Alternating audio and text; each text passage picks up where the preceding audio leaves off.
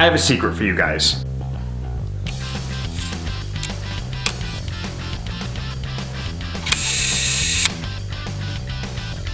Hey, what's up you guys? Nick here. For those of you new to my channel, my name is Nick. I'm a professional photographer. I've been shooting professionally for the last 3 years. And for those of you who are turning in for another video, thank you guys again so much for subscribing and checking out so much more.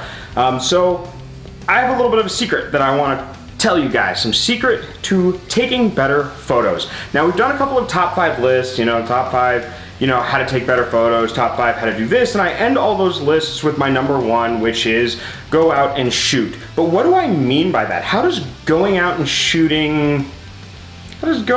taking photos improve your photography? Or what exercises do I use when I'm going out to shoot to take better photos and to grow as a photographer? So today we're gonna go over the top 5 exercises that I use to improve my photography, and I still use them to this day. So number 5, I use a limited lens.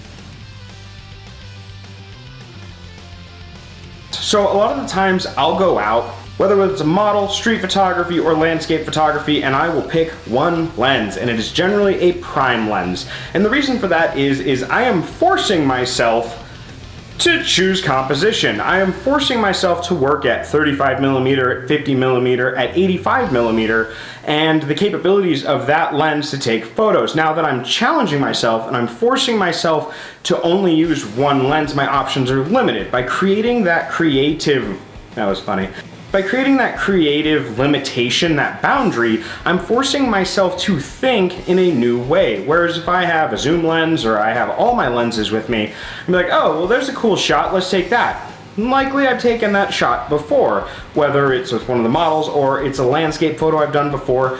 But if I force myself to run with a 50mm lens, the first 10 minutes is a little inconvenient, but after that 10 minutes, I start seeing the world in that 50mm viewpoint. The way this helps is if you do see a shot, or if you're working an event or a wedding, and you see a shot that you would really like to get, or you really need to get fast and you don't have time to do that lens change, or you don't have a telescopic lens on you, you know what you're gonna need to do to line up that shot, how to set your settings with the lens you do have on your camera, and it also gives you a lot of practice with each lens and what each lens is capable of doing. So number 5 is limit yourself to a prime lens. Go out and practice with one prime lens and get a feel for the lens, learn the capabilities of that lens, and learn how limiting yourself with that lens is really going to push the way you think towards that lens. So number 4, another creative limitation.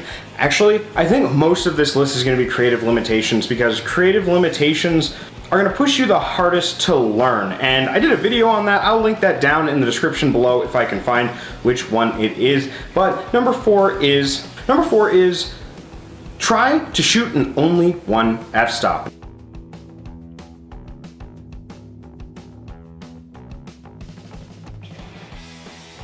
Now in the street video I did with Nick Del Duca, and I will link that one right up there, we shot at primarily f1.8. And one of the commenters in there asked me why I had chosen that f-stop. And I explained that I like to use the f1.8 because it forces me to choose what I want to stand out, what I want focused in that image. And we went over that in my f-stop video, and I'll link the f-stop video right up there on how wide open aperture and closed aperture really affect your field of focus when it comes to your photos. We went in depth with that. We went in depth on that in that video, so I'm not really gonna go into it right now, but sometimes I'll limit myself to one f-stop. And again, that's part of that creative limitation.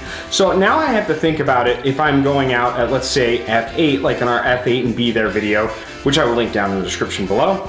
But if I'm only in f8, that means I have to use ISO and shutter speed to really make my photos expose correctly. But I have a large depth of field that's going to be in focus, a large field of focus. And so I'm gonna be taking a different kind of photo.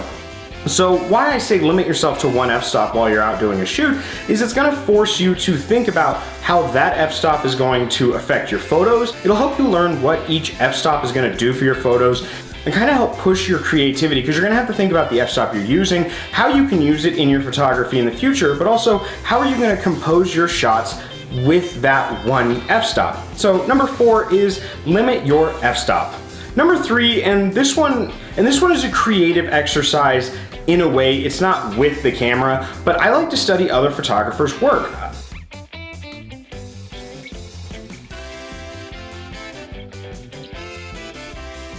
I really like to try to get in the mindset of another photographer, so I'll study their work. And a lot of times when I study the work, I'm like, oh, that's a really great photo, but I'm also like, what shutter speed he used? Well, I can see things are caught in a singular moment, or there's streaks of lights. That'll tell me whether they were using a fast shutter speed or a slow shutter speed.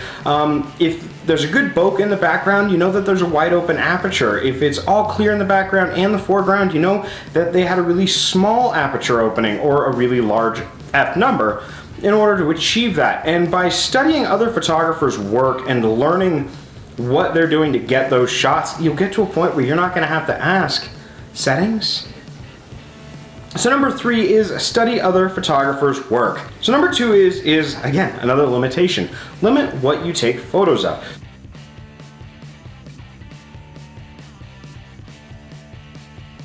So sometimes when I'm doing street photography, I'll tell myself, okay, I'm only going to take photos if there's a plant in the photo, or the plant is the subject matter, whether it's a flower, a weed, a piece of grass, a tree, or I'm only going to take photos if there's like graffiti, or there's signs of humans, or there are people, or there aren't people. And that's going to force you to really start looking at the world through the eyes of a photographer. You're going to say, okay, well, I can get a really good shot of that. Does it fit kind of what I'm wanting? Or I can get a really good shot of that. Does that fit what I'm trying to achieve with these photos? And because you're limiting yourself to one subject matter in a world full of different subjects, you're going to really focus. You're going to get kind of bored. You're going to be like, I keep taking pictures of trees. So you're going to force yourself to choose different angles, different settings, different ways to shoot the same thing over and over again, so that every photo is unique and every photo is different and you're not bored anymore. And that'll play a really important role if you're doing portrait or landscape. You want to keep your content fresh and new and original. And a good way to do that is with this exercise of choosing one subject and just shooting that subject for an entire session, because you're going to learn all the different angles that you want to shoot it from. You're going to learn the bad angles, the good angles. If you have someone that'll model for you, that's a really, really good exercise shooting with the same person over and over. You'll learn how to shoot from what angle depending on the body type that they have or the way their body shape is to get the most flattering and best photos you can. So before we get to number 1, I do want to let you guys know that it is my 1 year on YouTube. I'm so excited that all of you joined me for this giant, awesome, fun trip through the year we've been on YouTube. This is video 64. We have 291 subscribers. At 500 subscribers, I'm giving away a Jolly Look. But I wanted to thank you guys all for that. Please like, comment, and subscribe. Hit the bell notification so you guys know right when I upload. I upload at least once a week. My schedule is a little bit off right now just because I'm getting used to school. And as you can see, I'm also wearing another one of my shirts. The link to this shirt and my Teespring will be down in the description. So let's move on to number 1, you guys. And number 1 is go out and shoot. No, I'm joking. It's not go out and shoot. This whole video is about what you're going out and shooting. No, number 1 is one of the most important ones in my opinion. One of the most important exercises in my opinion, especially if you're doing portrait photography. This one might only apply to portrait photographers. I could be wrong. If you think of a way that this will work in landscape or street, let me know. But one of my favorite exercises to do, and I will do a whole video on this, is when I'm working with a more experienced model, and try to find a more experienced model or a model that has some experience for a trade for prints, and we did a video on that and I'll link that up there. But what I'll do with every model I work with at the very first part of my shoot is this little clip of video here. So you're looking at the B-roll, and I am sidestepping as Ariana changes poses. Now my direction to her, and at the very beginning of every shoot I do this, is every time you hear the shutter, change your pose. And the reason for that is it warms me up as the photographer and it warms her up. But it also forces me to think about it. Okay, I'm only gonna have one chance to get any specific pose. I'm only gonna have one shot to get the photo of each pose, whether it's a hand change, a facial expression change, a shift of the entire body. And it's gonna make you learn to think fast, to adjust your settings quickly, to get everything you need sorted as quickly as possible. So you need to really know your camera, you need to really know how to use manual mode, and I'll put that playlist right up there. But this exercise is something that I've been doing for a long time because it warms me up, it warms the model up, and it also forces me to remember settings, check settings, adjust settings as shooting, and it made me a lot faster photographer. So number one is my little exercise where I'll have my model change pose every time they hear the shutter click. So there you guys go, my 5 tips on what I mean when I say go out and shoot, and little practices you can do to really greatly improve your photography. There you guys go, those are the 5 exercises I use most often to improve my photography and to continue improving my photography. And again, please like and comment and subscribe. Again, at 500 subscribers, we are giving away a Jolly Look. I'm sure I said that earlier in the video, but I wanted to thank you guys again so much for the 1 year of awesome fun on YouTube so far, and many years to come. So have a good one. Catch you on the flip side. Bye.